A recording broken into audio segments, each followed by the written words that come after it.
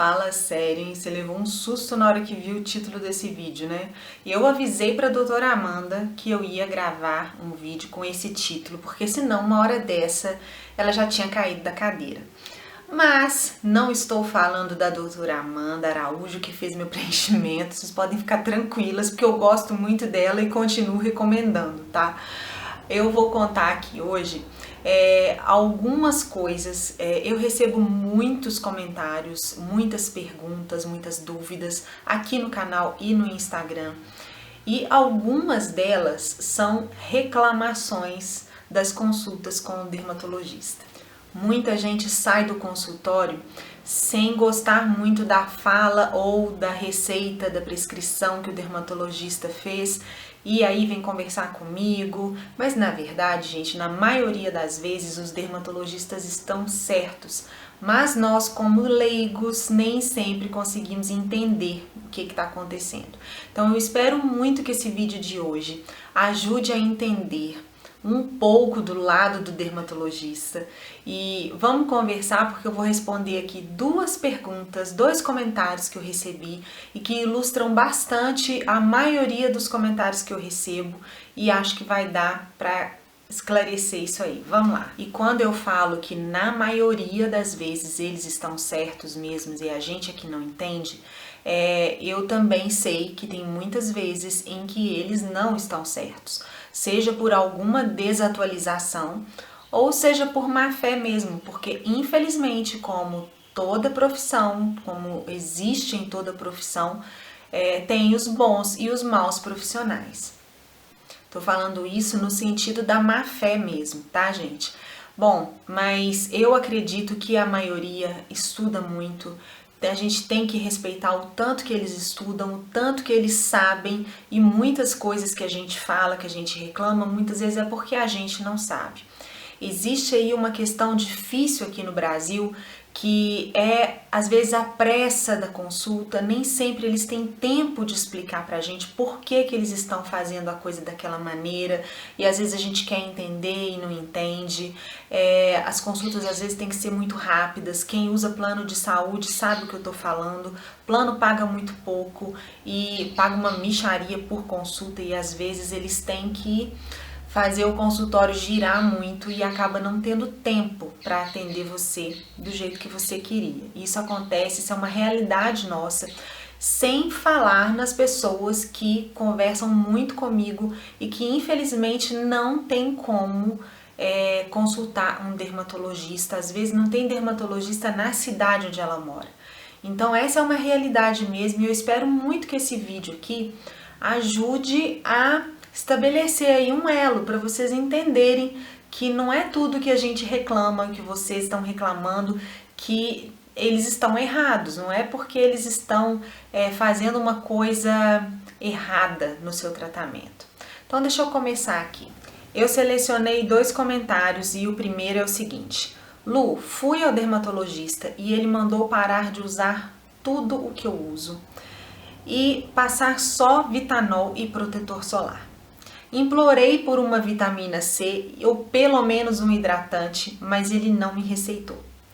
No final das contas, ela estava chateada porque ela queria usar um monte de coisa que ela vê no Instagram, que ela vê aqui de repente até no meu canal mesmo, mas o médico falou que não era para ela usar nada. Então vamos lá. Eu vou responder aqui o que eu respondi para ela. Querida, o seu médico está certo, tá? Uma rotina de pele para ser boa e para ser eficaz, ela não precisa ter 5, 10, 20 produtos. E no caso do que o seu médico te prescreveu, ele está usando um medicamento que é melhor do que qualquer cosmético que você for usar. Uma coisa que às vezes a gente esquece, gente, é que a dermatologia é uma especialidade da medicina. O dermatologista é um médico. No Brasil, é muito comum a gente associar o médico dermatologista só a essa área de estética. É muito cultural isso. Aqui no Brasil a gente vai ao médico dermatologista para falar da ruguinha que está incomodando, para melhorar a elasticidade da pele, para esse tipo de coisa. Mas isso é uma coisa nossa, tá? Não acontece no resto do mundo. O médico dermatologista estuda para cuidar da saúde da pele, para tratar de doença de pele e não para ficar fabricando Barbie em série. Por isso, quando ele está te indicando um medicamento, ele tá com a visão dele de médico, que é muito diferente da nossa visão aqui de leigo e de consumidor. A gente é alvo de propaganda de cosmético o dia inteiro, todo dia, e muitas vezes a gente quer usar tudo. Mas ele, como médico, ele tá fazendo o papel dele, que é o que é melhor para sua pele, o que é mais eficaz, o que vai cuidar da sua pele da maneira mais eficaz e mais simples que existe. É com esse medicamento. Então, toma um medicamento. Eu já contei aqui algumas vezes que eu tratei muito de acne na minha adolescência e eu sempre tratava com medicamento. O médico não me passava um monte de cosmético para usar, eu usava medicamento. A acne é uma doença de pele e para tratar a gente usa medicamento que é o mais eficaz. A gente não vai ficar cuidando de acne usando cosmético. Então, voltando ao exemplo do Vitanol a tretinoína é padrão ouro em tratamento de pele. Ah, Luciane, então por que você fica fazendo resenha de cosmético e nunca indicou o Vitanol A? Gente, por um simples motivo, eu não sou médica. O Vitanol A é um medicamento e só quem pode prescrever é o médico. Porque o uso de medicamento envolve um monte de coisa em relação ao seu estado de saúde específico, tá? Então envolve a absorção sistêmica, ingredientes podem cair na sua corrente sanguínea e afetar algum órgão seu. Então, assim, todo medicamento envolve riscos. Sabe aquelas bulas que se a gente lê, a gente tem medo de usar o remédio? Pois é, na bula é obrigatório escrever tudo o que pode acontecer com o uso daquele medicamento. Então, todo medicamento envolve risco. O que o médico faz? Ele avalia o histórico de saúde do paciente, se ele usa medicamento, avalia várias coisas, faz várias perguntas para você e aí ele vai avaliar se os benefícios do medicamento são superiores aos riscos do uso do medicamento. Então, depois de avaliar isso de paciente a paciente, ele vai indicar qual a concentração do ativo que você vai usar, qual que é a frequência de uso e qual que é o tempo de tratamento, porque não é todo mundo que pode ficar usando o ano inteiro. Então, quando a gente fala da importância de consultar um dermatologista, é isso. Muitas vezes você vai trocar uma rotina de 10 produtos por um medicamento que vai funcionar muito mais.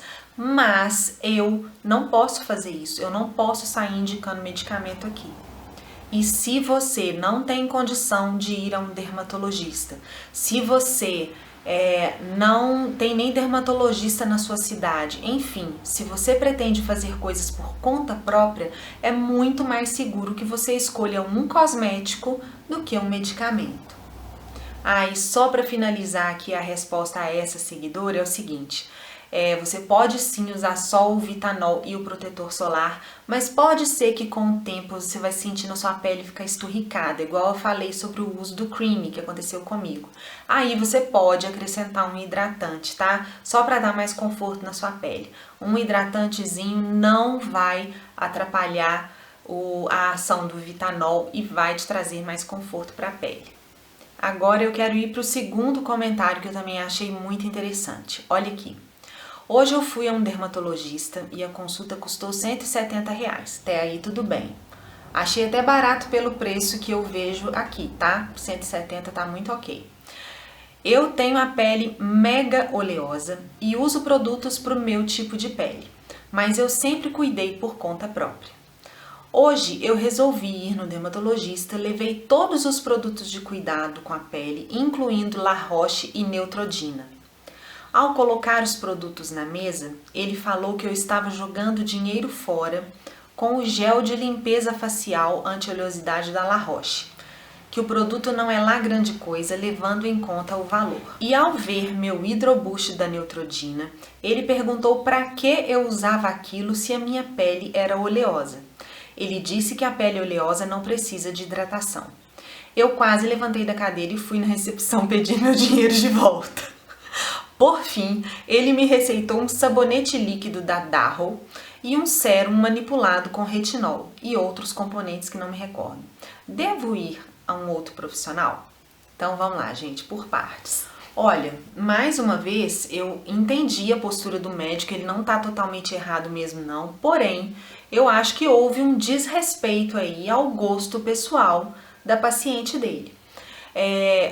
Sabonete, gente, tem que atender ao nosso gosto pessoal, porque o objetivo principal é limpeza da pele, a higienização. E é o seguinte, se me mandar usar um frasco inteiro de Effaclar, alta tolerância, eu uso um frasco inteiro, sem problema nenhum. Já o Actine da Darrow, que é um dos produtos sabonetes faciais mais prescritos pelos dermatologistas para quem tem pele oleosa, ele é muito bom mesmo, mas eu não consigo usar ele uma semana direto porque a minha pele descama. Ele é forte para mim. Então, eu acho que só faltou perguntar por que você usa ele. Olha, tem essa opção aqui. Você conhece? Ele é um pouco mais em conta, de repente pode te atender, mas não simplesmente falar assim, você está jogando seu dinheiro fora. Eu acho isso deselegante, eu acho isso desrespeitoso. E se a pessoa está podendo comprar aquilo e está pagando a consulta dele, ele podia ter um pouquinho mais de tato para falar, né? Ah, já que você usa, que você gosta disso aí, aproveita umas outras opções aqui também e vai e apresenta outras opções, mas não assim, descarta completamente as escolhas da paciente dele. O que tiver errado, o que ela tiver usando de errado, tudo bem ele falar, mas assim, não estava errado ela usar o Effaclar que ela escolheu. É só apresentar de outra forma. Então eu acho que aí faltou um pouco de tato e faltou um pouco de respeito mesmo com a escolha da paciente dele. Quanto à fala de pele oleosa não precisa de hidratação, não é o que eu escuto de bons médicos dermatologistas que eu conheço, que falam que toda pele precisa de hidratação. Elas podem usar alguns produtos diferentes, né? Mas precisa de hidratação sim. E mais uma vez, o que eu acho que houve foi um desrespeito com a escolha da paciente dele. Ele podia falar de outra forma, falou assim, olha, experimenta ficar um tempo sem ele, ou então toma aqui essa receita que eu vou te passar. Se você sentir falta ainda de um hidratante, aí você conversa comigo. Mas assim, descartar, desfazer da escolha dela, assim, sabe? Como se você, você é muito burra, olha que você tá gastando dinheiro à toa. Eu me sinto muito assim, sabe? Então eu acho que faltou foi isso. Faltou foi tato, faltou um pouco de elegância. Enfim, tem outras maneiras de falar as coisas, né? E no final ele deu uma receita de um sérum manipulado. E aí a gente tem muita opinião contra e a favor, porque eu até acredito que ele quis diminuir o custo, né, o gasto da paciente com um manipulado que seria provavelmente, na maioria das vezes, o gasto é menor comprando um manipulado do que um cosmético de um laboratório aí mais caro com esse ingrediente retinol, né? Mas cada farmácia faz a sua formulação, né? O retinol, por exemplo, é um ingrediente instável. Então, você tem que ter uma farmácia boa, de confiança, bem indicada, para você saber que você está fazendo uma fórmula e que vai funcionar e que vai dar certo na sua pele. Então, eu até entendo a ideia do médico de querer diminuir o seu gasto com produtos de beleza, com produtos cosméticos. Ele não está errado nisso. Uma receita bem feita, uma fórmula bem feita pode mesmo te atender, mas eu acho que algumas coisas que são simples e que trazem bem-estar pra gente, eu acho que não faz mal a gente usar. Porque essa questão da gente se fazer bem, da gente fazer um cuidado com a nossa pele, faz parte da rotina da gente, e a gente gosta. E isso faz a gente querer continuar os cuidados, porque tudo com cuidado de pele é disciplina. Não adianta você ter cuidado durante uma semana e depois largar por um mês. Então, se aquilo te dá prazer e te dá vontade de repetir, vale a pena, porque o cuidado contínuo é muito melhor do que um cuidado com um produto super potente, mas durante um mês só. Então, realmente, médico não tem que ser vendedor, ele não tá ali como representante de laboratório nenhum, e ele pode te passar menos produto mesmo, tá? E eu só quero finalizar esse vídeo aqui agora com algumas observações. Medicina é uma ciência multidisciplinar. Então, um médico dermatologista, ele tem que trocar uma ideia com um farmacêutico, com um formulador cosmético, um químico, para não sair falando coisas como: ah, não usa esse protetor solar da Avon, Natura ou Nivea, porque protetor solar barato não presta. Entendeu? Eu já ouvi isso muito, já fiz um vídeo aqui sobre isso. Então, às vezes é uma falta de atualização. Eu acompanho a Isabela no médico desde que ela tinha 2 anos de idade.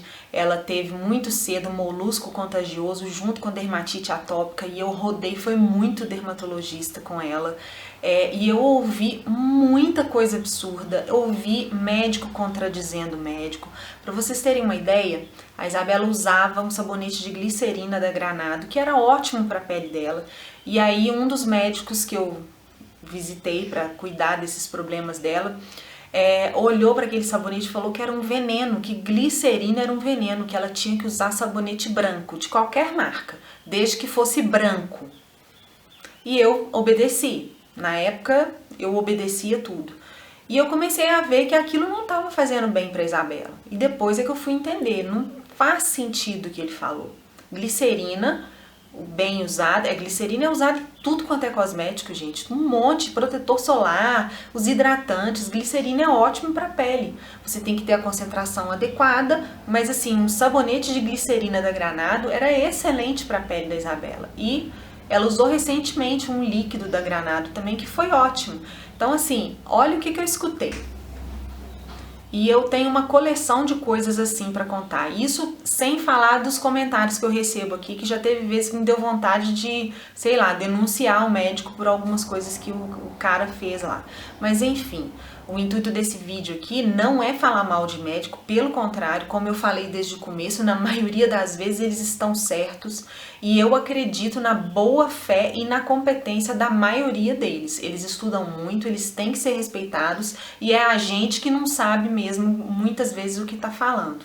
Mas, né, como todo ser humano, eles são passíveis de erro e eu acho que muitas vezes o erro, como eu até comentei aqui nesse comentário do médico dessa minha seguidora aqui, na verdade ele não estava errado totalmente, mas às vezes é uma falta de jeito de falar, é uma soberba de querer falar assim, olha só do que você tá gastando seu dinheiro, não entende que aquela pessoa ali tá fazendo, precisa às vezes de uma orientação melhor.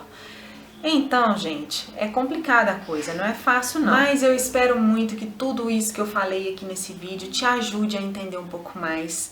Eu acho que assim, eu teria assunto aqui para fazer mais uns 4 vídeos desse, e esse aqui deve ter ficado um pouco longo. Então não reclamem, porque eu queria falar tudo isso que eu falei.